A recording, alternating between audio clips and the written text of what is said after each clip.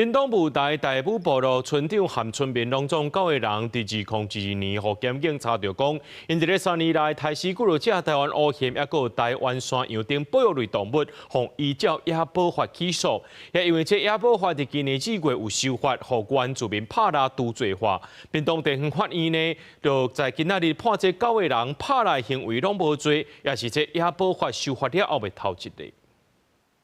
2个青年骑车载乌熊的尸体引发争议。屏东地检署2022年12月查到雾台乡大埔部落第3年内拍拉杀死4只乌熊、3只台湾野山羊这保育类动物，以野保法起诉9名涉案村长，也有村民。26判决公布，9个人拢判无罪，敢若4个人的被告替后生担罪部分，判拘役10天，会使1颗罚金。我们一直以来猎到山上的东西，它是不论什么东西有猎到，就是拿回来部落分享。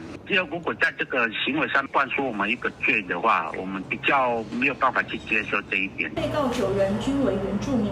且本案之猎捕、宰杀行为均系基于非营利自用目的。其中1只台湾黑熊因同时有危及人类性命之余，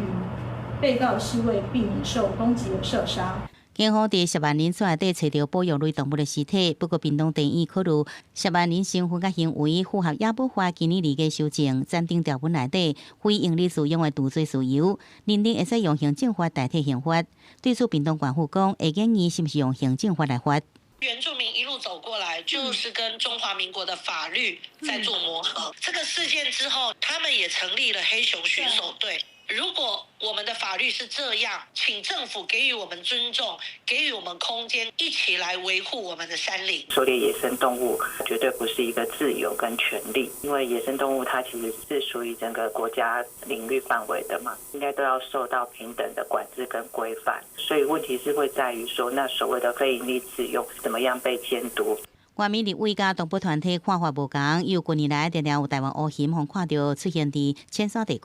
动物团体也烦恼讲，非营利自用除罪事由无数量管制甲监督机制，恐惊难以兼顾生态平衡，呼吁政府提出配套做法，确保动物的生存权利。记者综合报道。